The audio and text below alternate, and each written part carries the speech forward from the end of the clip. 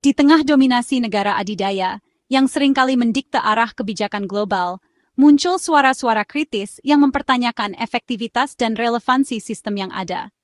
Salah satu kritik tajam justru datang dari Sri Mulyani Indrawati, sosok yang disegani di kancah internasional. Sebagai Menteri Keuangan Indonesia, ia memiliki perspektif unik tentang dinamika ekonomi global. Ia menyuarakan keprihatinan mendalam, bukan hanya sebagai seorang pejabat pemerintah, tentang lemahnya Bank Dunia, yang seharusnya menjadi garda terdepan dalam pembangunan global, IMF dan WTO, tiga pilar utama sistem keuangan dan perdagangan internasional. Lembaga-lembaga ini menghadapi gelombang proteksionisme global yang semakin meningkat, sebuah ancaman nyata bagi kerjasama multilateral. Sebagai mantan Direktur Pelaksana Bank Dunia, Sri Mulyani memiliki pemahaman mendalam tentang seluk-beluk organisasi tersebut. Pengalamannya yang luas memberi bobot pada kritiknya, menjadikannya suara yang patut didengarkan. Sri Mulyani menyoroti bahwa lembaga-lembaga ini, yang dulunya sangat berpengaruh, kini kehilangan taring, kehilangan kemampuan untuk secara efektif mengatasi tantangan global. Akibatnya, mereka tak mampu menjaga stabilitas ekonomi dunia, yang semakin rentan terhadap guncangan. Komentar ini muncul di saat dunia, ironisnya, kembali membangun tembok tarif, menciptakan hambatan perdagangan yang merugikan semua pihak. Tindakan ini mengancam perdagangan bebas, yang selama beberapa dekade menjadi mesin pertumbuhan ekonomi global. Ia berbicara bukan hanya sebagai Menteri Keuangan Indonesia, yang berkepentingan dengan stabilitas ekonomi negaranya, tapi sebagai negarawan global, yang memiliki visi jangka panjang untuk kemakmuran dunia.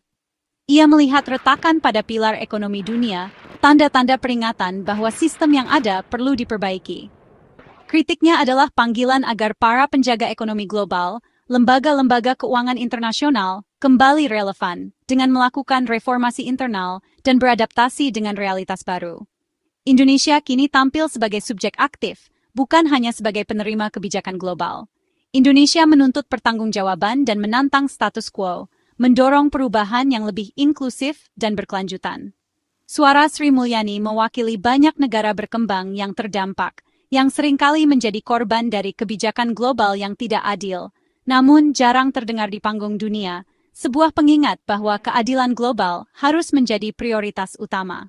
Untuk memahami kegelisahan Sri Mulyani, kita perlu mengenal para penjaga gawang ekonomi global, WTO, IMF, dan Bank Dunia.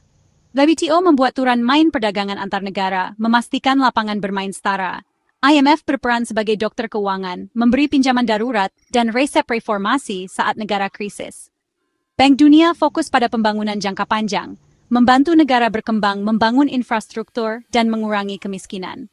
Bersama, mereka membentuk arsitektur tata kelola global pasca Perang Dunia II. Tujuannya, mencegah kekacauan ekonomi dan politik lewat aturan bersama dan forum dialog. Namun, peran mereka kini dipertanyakan di tengah tantangan baru. Sistem ini dirancang agar pertandingan ekonomi global tetap adil dan stabil. Tapi, apakah mereka masih mampu menjaga permainan tetap berjalan? Soileng Bocheng. Sistem global yang ideal, yang dulu kita yakini sebagai pilar kemakmuran bersama, kini goyah. Fondasi yang dibangun di atas kesepakatan dan aturan bersama kini mulai retak. Lembaga seperti WTO yang seharusnya menjadi wasit adil dalam perdagangan internasional kehilangan wibawa. Peran mereka sebagai penengah sengketa dan penjaga aturan semakin dipertanyakan. Terutama setelah Amerika Serikat, arsitek utama sistem perdagangan bebas ini, mulai bertindak sepihak dengan memberlakukan tarif tinggi secara agresif. Langkah ini jelas mengkhawatirkan banyak pihak. Tindakan ini menabrak prinsip dasar perdagangan bebas yang selama ini dijunjung tinggi, sebuah prinsip yang mendorong pertumbuhan ekonomi dan kerjasama global. Akibatnya, WTO tampak tak berdaya menghadapi kekuatan ekonomi besar yang mengabaikan aturan. Kemampuan mereka untuk menegakkan keadilan dalam perdagangan global dipertanyakan. Mekanisme penyelesaian sengketa yang ada berjalan lambat dan berbelit-belit, seringkali diabaikan oleh negara-negara besar yang memiliki kekuatan politik dan ekonomi untuk melakukannya. Ketika pemain utama, yang seharusnya menjadi contoh, justru mengabaikan aturan, maka seluruh sistem perdagangan global terancam runtuh, membawa konsekuensi yang mengerikan bagi semua negara. Perang dagang antara AS dan Tiongkok menjadi contoh nyata bagaimana perseteruan ekonomi dengan tarif saling balas yang terus meningkat dapat mengguncang rantai pasok global dan mengganggu stabilitas ekonomi dunia. Dalam situasi ini, WTO gagal menengahi secara efektif, menunjukkan keterbatasan mereka dalam menyelesaikan konflik dagang antar negara besar. IMF dan Bank Dunia hanya bisa mengingatkan lewat laporan dan proyeksi ekonomi tanpa memiliki kekuatan memaksa negara-negara untuk mengubah kebijakan mereka. Ini menciptakan preseden berbahaya. Negara lain, terutama yang lebih kecil, bisa ikut-ikutan melanggar aturan perdagangan internasional. Efek domino proteksionisme mengancam pertumbuhan ekonomi global, membawa dunia kembali ke era ketegangan ekonomi pra-Perang Dunia II, sebuah periode yang ditandai dengan proteksionisme dan resesi global. Inilah inti kekhawatiran Sri Mulyani, Menteri Keuangan Republik Indonesia, bahwa lemahnya lembaga multilateral adalah ancaman nyata bagi stabilitas global dan kemakmuran bersama. Ini bukan sekadar masalah prosedural atau teknis dalam perdagangan, tapi soal masa depan kemakmuran dunia dan kesejahteraan seluruh umat manusia. Jika dibiarkan, fondasi ekonomi global yang rapuh ini bisa runtuh, membawa kita semua ke dalam jurang krisis yang lebih dalam. Kebijakan tarif tinggi AS berdampak global, termasuk ke Indonesia. Rantai pasok dunia terganggu. Satu kebijakan di AS bisa memicu efek domino ke banyak negara. Ekspor Indonesia terancam jika produk andalan terkena tarif, menurunkan daya saing dan pendapatan. Dampak tidak langsung perlambatan ekonomi AS dan Tiongkok menurunkan permintaan komoditas Indonesia, menekan neraca perdagangan dan rupiah. Indonesia juga berisiko dibanjiri produk murah dari Tiongkok akibat pengalihan pasar. Industri dalam negeri, seperti baja, bisa terpukul oleh impor murah. Perang dagang global menyebar seperti jaring laba-laba, menyentuh sektor tak terduga. Indonesia tak terlibat langsung, tapi tetap terkena imbas ekonomi. Kompleksitas kebijakan tarif menuntut kewaspadaan ekstra dari pemerintah dan pelaku usaha. Hane. Kekhawatiran Sri Mulyani terhadap kondisi ekonomi global semakin menguat. Ini bukan sekadar opini pribadi, melainkan sebuah sinyal waspada yang didasarkan pada data dan analisis mendalam. Kekhawatiran ini didukung data dari lembaga-lembaga keuangan internasional seperti IMF dan Bank Dunia, yang secara konsisten memberikan update mengenai proyeksi ekonomi global. Lembaga-lembaga ini terus menurunkan proyeksi pertumbuhan global, menandakan adanya tantangan yang lebih besar dari perkiraan sebelumnya. Revisi proyeksi ini menjadi perhatian serius. Ketegangan perdagangan antar negara, terutama antara negara-negara ekonomi besar, menjadi biang utama perlambatan ekonomi dunia. Konflik perdagangan ini menciptakan ketidakpastian dan menghambat arus barang dan jasa antar negara.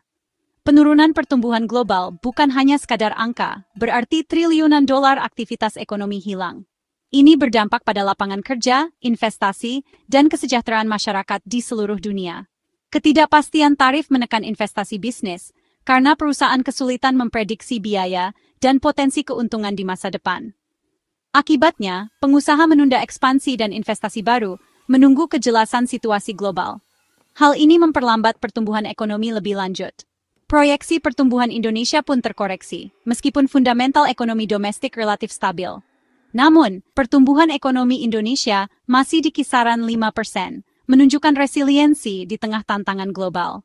Data ini jadi amunisi Sri Mulyani, kritiknya berbasis analisis mendalam dan data yang valid, bukan sekadar retorika politik. Ia menantang jika data lembaga global sendiri sudah mengkhawatirkan dan menunjukkan tren penurunan yang berkelanjutan, apa langkah nyata berikutnya yang perlu diambil untuk mengantisipasi dan mengatasi dampak negatifnya. Proyeksi ekonomi ibarat ramalan cuaca, sebuah perkiraan yang membantu kita mempersiapkan diri menghadapi kemungkinan buruk. Ini adalah peringatan dini agar pemerintah dan pelaku usaha bersiap menghadapi tantangan dan mencari peluang di tengah ketidakpastian. Pemerintah perlu menyiapkan bantalan kebijakan fiskal dan moneter yang fleksibel, sementara pelaku usaha harus mencari strategi baru untuk beradaptasi dengan perubahan pasar dan memanfaatkan teknologi. Respons cepat dan terkoordinasi bisa memitigasi dampak terburuk gejolak global dan menjaga stabilitas ekonomi nasional. Indonesia tak hanya mengkritik, tapi juga bergerak lewat diplomasi ekonomi. Tim negosiasi yang dipimpin Airlangga Hartarto berupaya menjaga dan memperluas akses pasar ekspor. Negosiasi bilateral, seperti mempertahankan fasilitas GSP dengan AS, sangat krusial. Indonesia juga aktif di forum regional dan multilateral, mendorong integrasi ekonomi ASEAN, dan memperkuat sistem perdagangan berbasis aturan. Strategi mitigasi risiko. Jika pasar global bergejolak, pasar regional jadi bantalan. Negosiasi bukan perkara mudah, diperlukan data, kesabaran, dan kelihayan berargumen. Diplomasi senyap ini vital untuk melindungi jutaan pekerja dan pelaku usaha Indonesia. Hasil perundingan menentukan nasib ekonomi nasional di tengah badai global. Inilah pertarungan di meja perundingan yang tak kalah penting dari panggung utama. Sri Mulyani ingin negosiasi Indonesia tak sekadar defensif, tapi juga proaktif dan visioner. Ia mendorong Indonesia menawarkan kemitraan strategis, memanfaatkan kekuatan pasar domestik, demografi, dan sumber daya alam. Negosiator harus mengangkat dialog ke level investasi bernilai tambah, seperti ekonomi digital dan baterai kendaraan listrik. Indonesia harus dilihat sebagai mitra strategis, bukan sekadar penjual bahan mentah. Stabilitas dan reformasi domestik jadi modal utama di meja perundingan. Proposal Indonesia harus didukung kondisi dalam negeri yang sehat dan menarik bagi investor. Hasil negosiasi diharapkan memberi kepastian usaha dan menjaga momentum pertumbuhan. Visi ini mengubah tekanan global menjadi peluang, menjadikan Indonesia pemain aktif di kancah dunia. Didantavai. Di tengah gejolak global, Sri Mulyani menekankan pentingnya optimisme terukur dan kebijakan prudent. Fokus utama memperkuat mesin ekonomi domestik agar tahan banting. APBN dikelola hati-hati, jadi shock absorber saat krisis, menjaga defisit, dan memberi stimulus saat dibutuhkan. Sinergi kebijakan fiskal dan moneter jadi benteng pertahanan pertama. Bank Indonesia menjaga stabilitas rupiah dan inflasi, berkoordinasi erat dengan Kementerian Keuangan. Stabilitas makroekonomi jadi kunci menghadapi volatilitas global. Kepercayaan pelaku usaha dan masyarakat harus dijaga lewat komunikasi publik yang transparan. Pemerintah membuat kebijakan, tapi sektor swasta dan konsumsi rumah tangga yang menggerakkan ekonomi. Optimisme kolektif jadi bahan bakar ketahanan nasional. Kritik Sri Mulyani dan respons Indonesia menandai babak baru. Indonesia bukan lagi penonton, tapi pemain utama di panggung dunia. Dengan suara kritis, diplomasi cerdas, dan fondasi domestik kuat, Indonesia jadi kekuatan penyeimbang. Tantangan ke depan berat, proteksionisme, geopolitik, dan disrupsi teknologi. Namun, sejarah membuktikan daya tahan Indonesia luar biasa. Kuncinya persatuan dan fokus pada tujuan bersama. Kepercayaan diri lahir dari potensi besar pasar, sumber daya, dan SDM kreatif. Krisis adalah peluang untuk berbenah dan berinovasi. Suara Sri Mulyani di forum dunia cerminan kepercayaan diri baru Indonesia. Diplomasi dan ketahanan ekonomi jadi benteng menghadapi badai global. Bersama, Indonesia siap menulis narasi baru lebih kuat, dihormati, dan sejahtera.